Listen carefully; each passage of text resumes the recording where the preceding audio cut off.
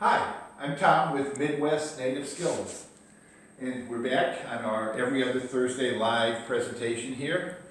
Today we're going to do something a little bit different. Normally we try to pick a topic and give you some information on something related to survival, self-reliance, homesteading. Today we're going to do some unboxing, some restocking, and some demonstration on some products we have for our school store. Now naturally, the things we sell at our school store I have to restock and I order from my suppliers, but whenever I get some boxes, it's kind of like Christmas. Even though I know what's coming, it's kind of fun to unbox them and see what's here. So I thought, I didn't think, Wendy thought it might be fun to share this with you. And other than you just watching me unbox things, which would kind of be boring, we thought we'd go one step further and take some of the things and actually demonstrate how they're used, because there's a few things in here you might not have seen before and you might be curious about how they work or see them a little close up, and so we thought we'd incorporate that into this Thursday. So please, if you have any questions about survival, even though it's not related to the unboxing, write them in. I'd like to know who's out there. I know some people just write in where you're from, especially if you're new. We'd like to welcome you. Before I start, just want to let you know that upcoming we have our homesteading classes. That's our winemaking, cheese making, soap making. We only have 3 or 4 spots left in our March 20th soap making class. But they're up on our website. We also have openings for our May survival weekend class and our June full 6-day survival class. Now these are the basic classes. It'll be basically a nice camping weekend or a camping week, but think of it as you're going to be sleeping in a tent. It's not going to be a rigorous week or weekend, but you're going to be learning an awful lot about survival, how to actually do it in the future. And if you wanted to actually hone your skills further, that'll be for our 201, 301, or 401 classes. So if you wanted to learn the basics, those would be the classes for you, either the weekend or the 6-day. So please write in, let us know who's out there, and we'll start unboxing. Here we have a few things from our suppliers. Let me see. Let's open this box first.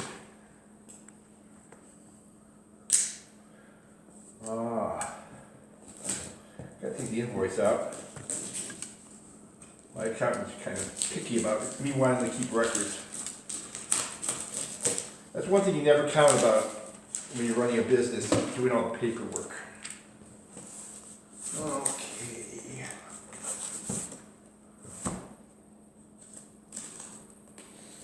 Nathan has joined us. He's from Medina and he loves your talks. Nathan, welcome. Go to Medina all the time for the gun shows there. I think there's going to be one coming up, so you might see me there. You can go on the Sunday. So if you see me there, come up and say hi. Okay. So what do we have in our box here? I'd also be curious what you have on your wish list or your birthday or Christmas list. Okay, so this is what I get in my boxes. Okay, so what are these? So you guys can get the thrill as I do. What do we have in here?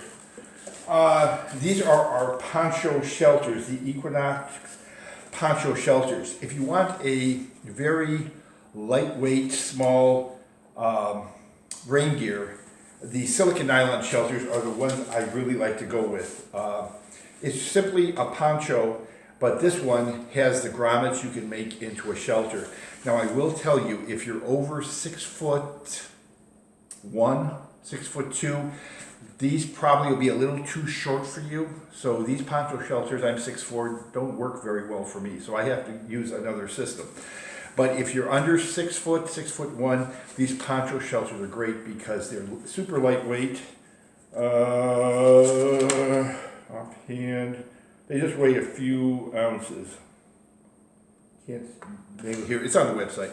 But they weigh a few ounces, you carry your rain gear, and this would eliminate your tent. So the poncho shelters are great, they blend in real nice with the system.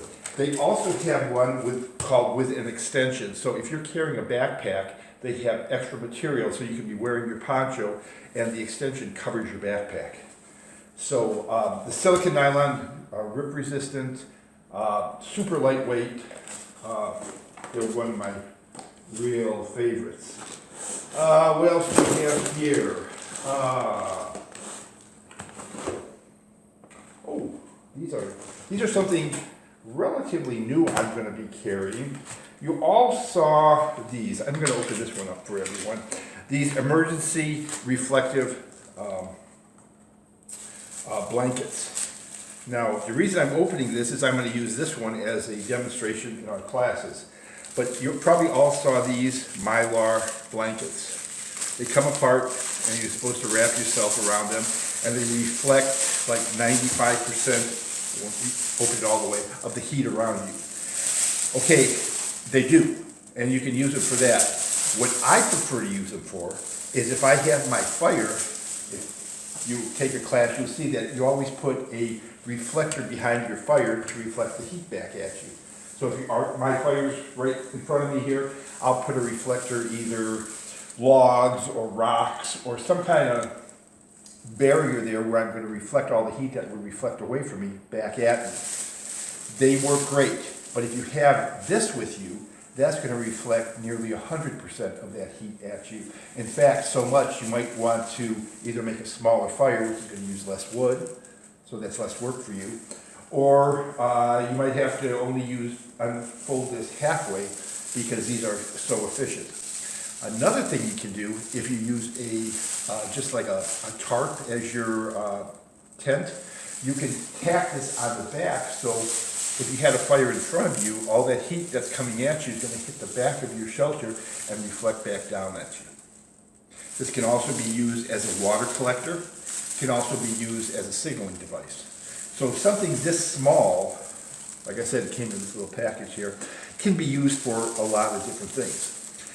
Super lightweight, great for a survival kit, and they're very inexpensive. So having one of these in your bug out bag emergency kit, probably a real good idea. So how big are those?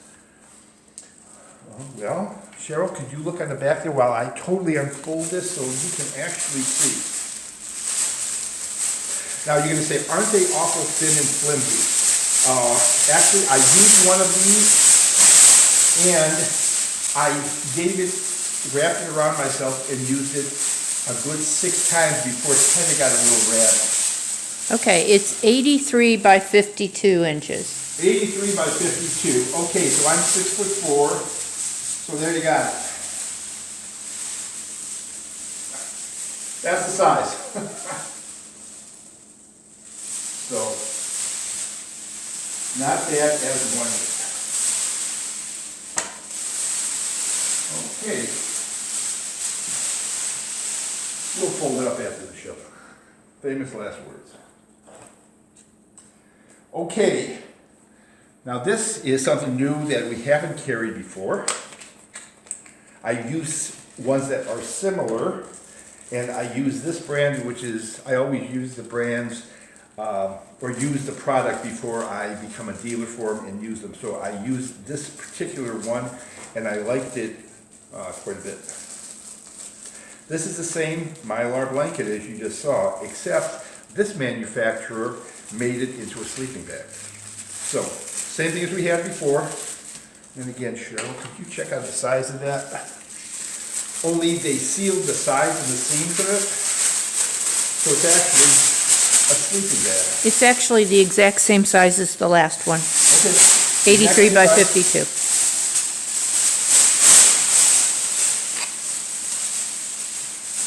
Okay, this is closed in from the machine.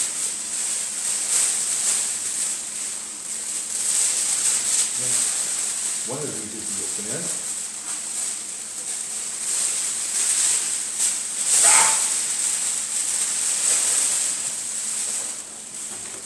Is this a blanket? Yes. Oh, this is the blanket still. This is the reflective poncho. Okay. Okay, so I got it. This is the blanket, which is the same size. The first one I had actually had a poncho hood, my mistake. The first one I had a poncho hood on it. This one has a poncho hood. So it can actually be used as a poncho. The other one I wanted to order, and I'm not sure if it's included, they actually made it into a sleeping bag. And no, they just sent me the poncho, so they did not send me the sleeping bag yet. But we are going to get one that's identical to this, only it's a sleeping bag. So we're going to have 3 of them. One's just a blanket, one's a rain poncho, and one's going to be made into a sleeping bag. So those are the 3 we're going to carry. And we still don't have the one made into a sleeping bag. Okay. So, I'll be getting another box soon.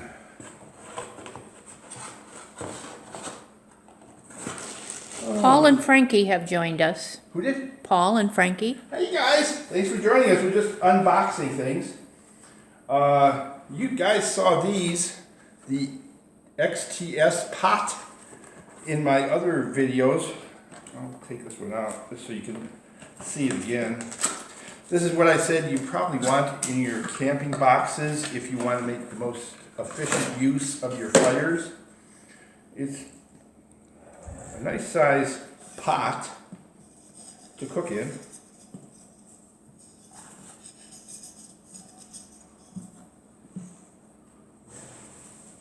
But the benefit of this pot, it's got that heat exchanger on the bottom.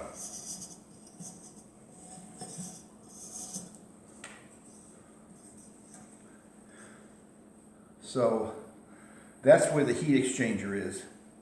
So when you put this on an open fire or your camp stove or whatever, the flames will go in the bottom here. The heat exchanger is going to take all that heat and transfer it right to the bottom of the pot, making extremely good use of the heat coming off your stove or off your fire. It's going to boil the water super quick, and even got a little pot scrub on there they give you. So this is what I'm my go-to if I just want to carry one pot and I'm worried about conserving fuel. And it's a good seller, so I got several more of these. But it's the XTS and Accelerator Transfer System. That's what it stands for. So we got 2 of these extra because we were getting low on them.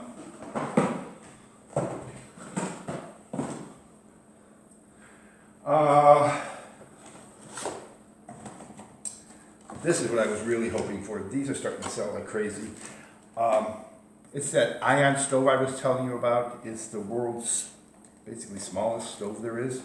Here, let me take this one out for you guys. And we're going to fire it up.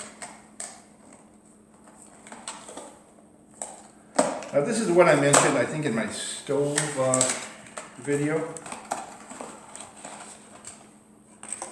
Okay, let's see, let me fold it all up for you. All folded up. Here it is. I'm putting it against my body so the camera can focus on it. So you can see it's really small. So, let me do this here.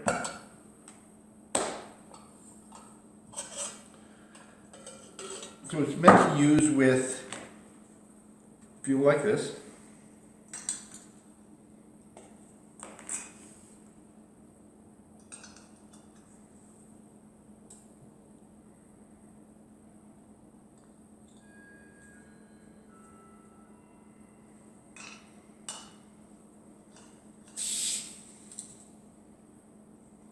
So you just flip these pot holders up. Look at that.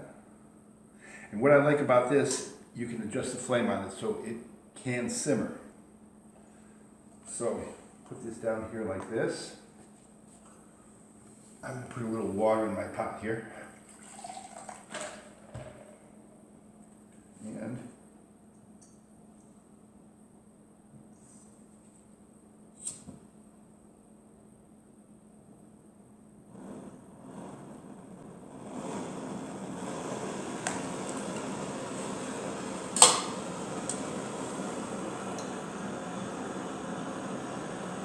pot.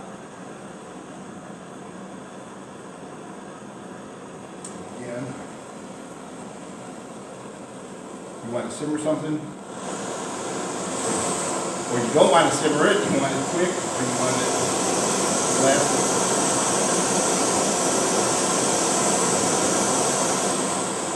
Take it down. Keep your coffee warm, but just very low. So it's a nice small stove, and like I said, in a container like this, you can put your fuel canister in. The stove just fits in there, even though your lighter would fit in there. And these are the ion micro stoves. So we got these in, and this is what I have in my little emergency kit. So these are the nice small little stoves that we got. Get these on the side. Excuse my back. And that was in that box.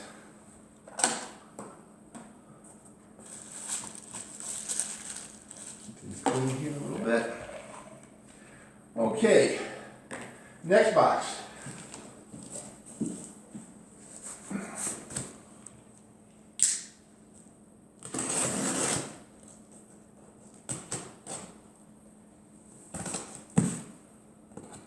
This came from my blacksmith.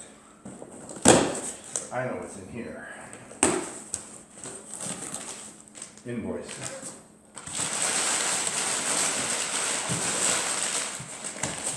These are pretty cool. These are my folding handle frying pans. And, instead of unwrapping this, because these are the ones I'm going to sell, why don't I get the one that I have in my little haversack.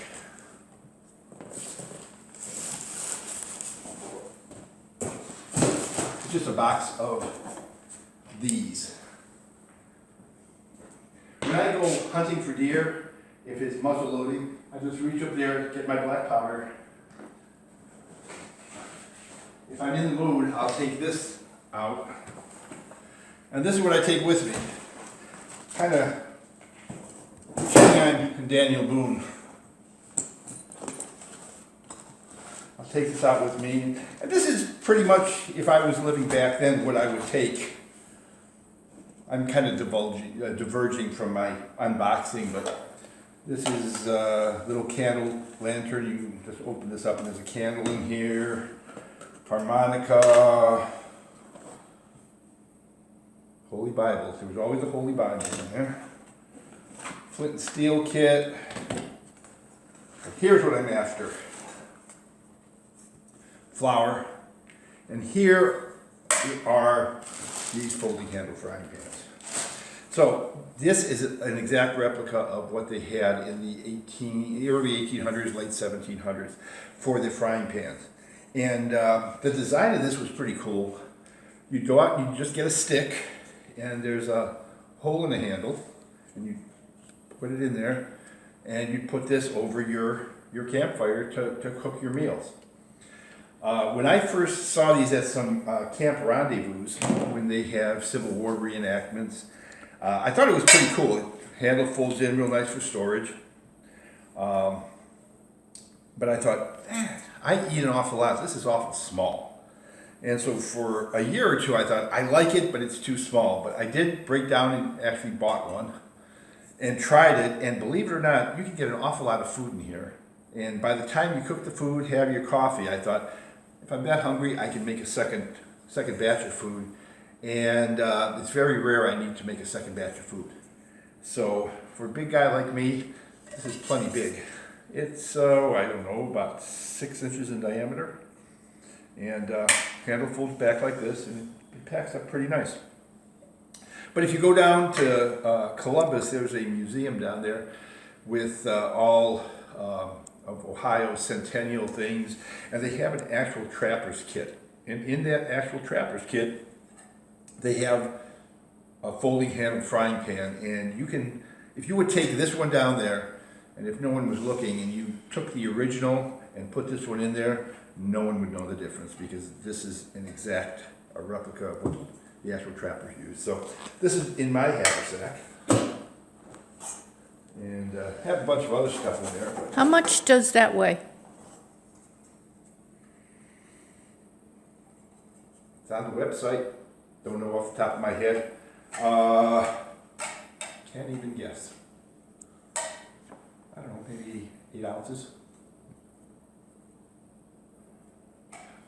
After this Facebook Live is open, I'll put up a post on how much this weighs. I should tell you, it's steel. So it's not non-stick, it's exactly the way the old ones are.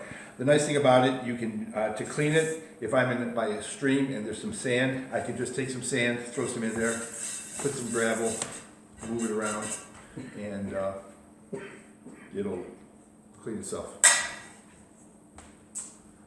Okay, so that's all that was in this box, is a bunch of these, because these are selling pretty well for me. And in here, I know what's in here, and these are also selling. This was also I saw at a Civil War reenactment, and these are called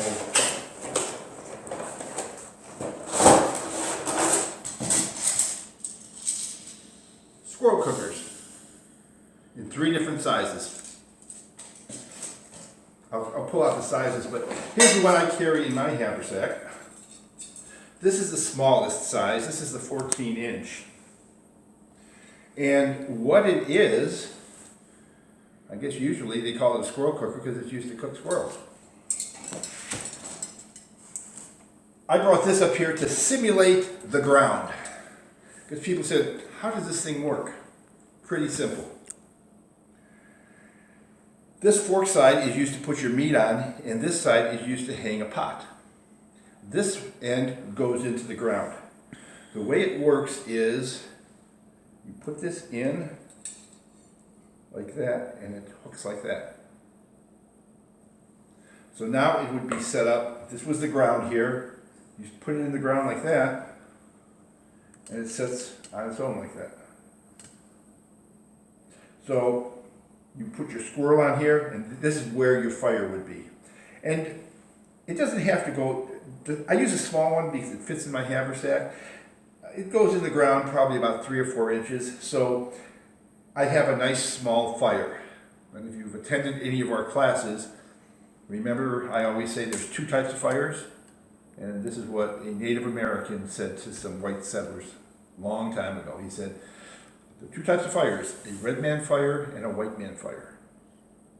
The red man builds a fire to warm himself.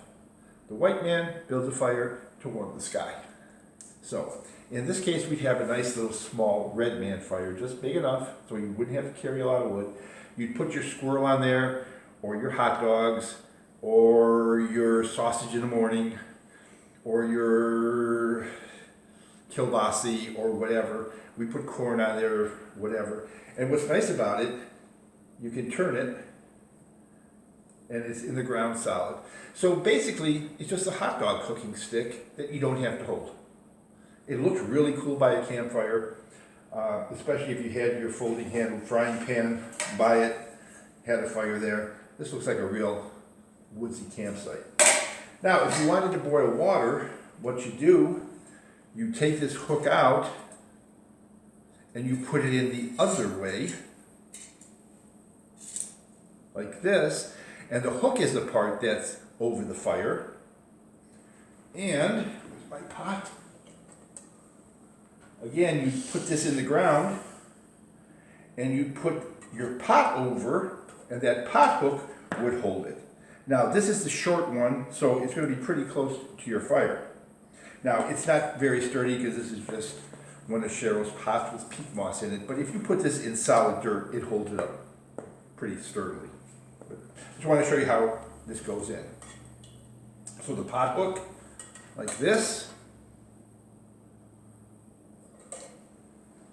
and if you want to change it over to cook food, you just simply take this out, put it in this way, and it's your squirrel cooker. So this is the 14-inch, the small one. Now the one that I usually like to carry is a little larger one. That's what is the medium size. That's, if you have a backpack, I would say the medium sized one would be good. So if you have a haversack, the small one is what you want. This is the medium sized one, and again, goes together exactly the same way. Now you can put a lot bigger piece of meat on here, you can see, comparatively speaking.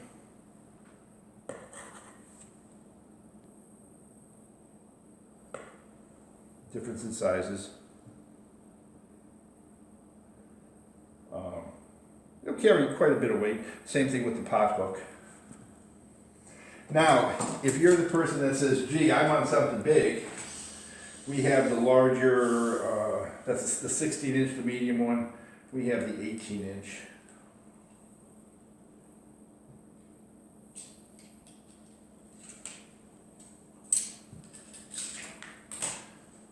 Which is a really big one. So this is the size if you want to put a Cornish hen on here or something bigger. It's, again, you can see the size difference from the medium-sized one. So this is going to carry something, Cornish hen easy, something much bigger. And so they're pretty nice. Pull down. But these are our squirrel cookers. So they pull down pretty nice and neat. So that's our unboxing of our things. Believe it or not, you have to restock quite often on a lot of the blacksmith stuff. I was hoping for some of the strikers to come in. The blacksmith didn't get into the strikers. I was asking him to make some of the oval strikers we get in. Oval flint and steel strikers were only made or only found in the Great Lakes region, no place else in the country. So if you ever see an oval striker, they're from usually either Pennsylvania area, Ohio area, or up in Michigan. And they're just an oval striker about that big. So I had my blacksmith make some. So we'll have those in stock. They're on the website. I was hoping they were in this shipment, but they're not. So we'll have to wait another week or two for those. Other than that, anybody out there have anything on their wish list that you wanted for Christmas or want for this upcoming year? It's getting to be that time of year where we're going to be out for the spring plants, so edible medicinal plant classes and projects will be coming up. Now's the time to buy your seeds if you're going to be starting a garden. So anybody with any questions out there or anything you want to talk about, we still have a bit of time. Terry has joined us. Terry? Hi, Terry. I still keep telling Terry we have to get that weekend class going. I do have to call her. We need to get that weekend class down in West Virginia. I'm taking people for that, I think it's May 12th for that edible medicinal plant class. We have that about half full. It's going to be dependent on if it's going to be in early spring, and I think it will be. So we'll be making some projects on that. But what you should be looking for the early spring plants now, Coltsfoot is going to be the first one coming up. So if you see a yellow flower start popping out of the ground, it's going to the untrained eye, it'll look like a dandelion. Look close, it'll have a very dense head on it. That'll be Coltsfoot. And Coltsfoot's the plant, it has a nickname, father before son, because what happens, you're going to get the flower, the yellow flower that looks very similar to a dandelion, come up first. That will turn to a seed head, a white fuzzy seed head that looks similar to a dandelion, and then the leaves come up as the last thing. And that's different from plants, because usually the leaves come up first, then the flower, then that goes to seed. And I'm sure a lot of you know that Coltsfoot is made used for making cough drops, good for respiratory problems and things like that. So Coltsfoot will be coming up. You can dry that and use it later on in the woods. But that's one of the first coming up. In the woods, you're going to be seeing the May apples coming up. In swampy areas, Marsh Marigold will be coming up. If you go hiking in the woods, there's something in the path. It'll be on the pathways, very low to the ground, called Trout lily. That's very low. It'll have the green leaf, but it'll have purple splotches in the leaves. It's got its name beat. It looks like trout's belly. And it'll have little yellow flowers on it coming up. So that'll be another spring plant coming up. So Paul mentioned that it's interesting to see the difference in the kit from across the pond. Oh! And Wendy would like to know, how do you handle starting seeds indoors? She doesn't have much room inside and she's trying to prioritize. Okay, how do you start seeds indoors? Cheryl, can you give me some help here? So for me, because our growing season has been very wet lately, I don't start my seeds as early as I used to. I probably will plan on getting them in the ground at the beginning of June instead of the beginning of May. So I know, Wendy, you're kind of near here. So I would start them in April. Lettuces, all of the cold crop stuff just do better going straight in the ground. I don't bother starting seedlings indoors. The stuff I do start are the squashes and peppers and tomatoes, stuff like that. I just do them in little seed cell with seed starting soil. It's just got a lot of perlite in it, so it's really light. I mist that down so it's wet before I put the seeds in. I usually put 2 seeds to a cell. And then I cover them, and usually within 3 or 4 days I start getting sprouts. And then I start moving them around. I have some grow lights. I found that I don't need them, but what I found was very useful was a heating mat. The light, some seeds require light, some seeds require heat. But I found that an investment in that heating mat, I should have done it 100 years ago. It made all the difference in the world. But having a place where they can get light, and that is important. Once they get about, a half inch to an inch tall, then the light, they start getting spindly if they're not getting enough light. Where do you get your seeding pot, the pots you plant them in? Is it just anywhere? Yeah, you can Nothing get them special anywhere. about those? No. Okay. So Paul would like to know, do you guys tap birch over there? It's about that time of year here in Scotland. Oh my God, birch. I'd be curious what your ratio is, because from what I understand, for our maple trees, Paul's talking about tapping them for the sap to make maple syrup out of it. I'm in Ohio here, which is in kind of the northeast part of the country. My percentage of sugar in the sap of the maple trees where I live is about 2.5%. So when I tap trees, it's taking me about 50 gallons of sap to make 1 gallon of syrup. Now up around Maine, Vermont area, they have about 3% to 3.5% sugar in their sap. So they can drop that to maybe about 40 gallons, 35 to 40 gallons of sap. I've never tapped anything but maples. From my understanding, if you tap birch, it's about 90 gallons of sap to 1 gallon of syrup, and hickory is about 140 gallons. And I'm just going on that from what I've read and what I've heard from other people. So I know no one that has tapped birch, but I'd be real curious, how much is your ratio where you are?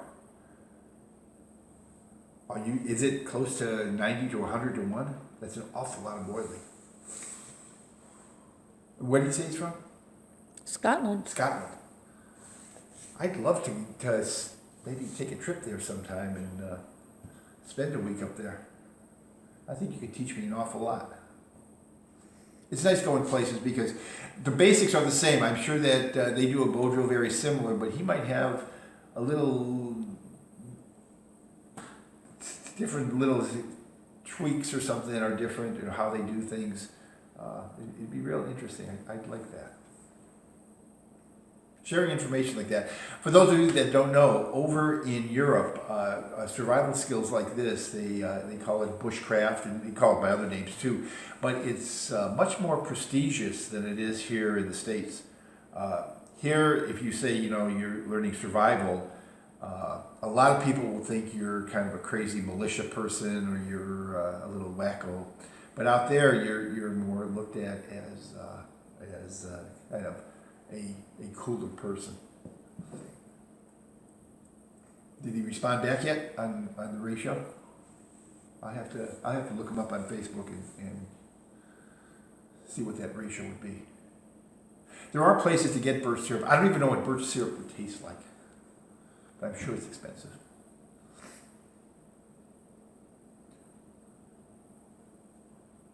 A lot of people, this would be the time of year to tap birch trees and maple trees. And the key to tapping trees, for those of you that haven't done it, the things that surprised me when I did tap trees is, on a good day, you'll get about 3/4 of a gallon of sap out of a tree. And that I was surprised. That's a lot of sap coming out of a tree. But notice I said on a good day. And I said, what constitutes a good day? The temperature has to drop below 32 at night, and during the day it has to go above 32. That means the sap will flow up and down the tree, and so when you tap the tree, it's going to flow out of the tree. So on a good day, so tonight here, I know tonight it's going to be in the upper 20s, and tomorrow during the day it's going to be around 41. So if we tap trees out here, it would be a good day tomorrow, because you'll get about 3/4 of a gallon out of the tree. And that sap will flow for a good 3 weeks. On a day, though, that the temperature's above 32, both day and night, you'll get close to zero sap out of the tree. And same thing if it's below 32, close to zero out of that tree. Paul says it's quite a popular thing over in Scotland, but it's rarely done to produce syrup, so he can't comment on the ratio. He says it's done more as a nutritional drink on the go. Oh, really? That's good. Yeah, if somebody wants to taste what maple tree sap would taste like right out of the tree, pretty simple to do. Take about 8 ounces of water, put about 1/8 of a teaspoon of just plain white sugar in it, mix it up good, and drink it. You'll get a little bit of a sweet taste, but not a whole lot. That's about what the sap would taste like. And I'm assuming the birch would probably taste pretty similar to that. So if they're using it as a nutritional drink, which I'm sure it is, I'm sure the ratio is probably close to what I read, that 90-to-1. I mean, you have to boil 90 gallons to get 1 gallon of syrup. That's a lot of boiling and a lot of fuel and a lot of work. So around here, our 1 gallon of maple syrup is around $60 a gallon, which I think is well worth it. I tell people, since I've done maple syrup a few years, if you're paying $60 a gallon, you should thank the person making it and give him a tip, because that's a lot of work to make it. Anyone else with any questions? Well, thank you for joining me in participating in my unboxing. Next time, we're going to look for another topic. We're going to get into the nicer weather. I can't wait to get outside and be filming these outside so we can actually do some hands-on. If you have anything you want to see, please let me know. I'd be more than happy to do it. And we'll be getting out and doing some hands-on stuff. So, it's supposed to be a nice weekend, at least where I am. So if it's where you are, have a good weekend. And we'll be back in 2 weeks. Thanks for joining us.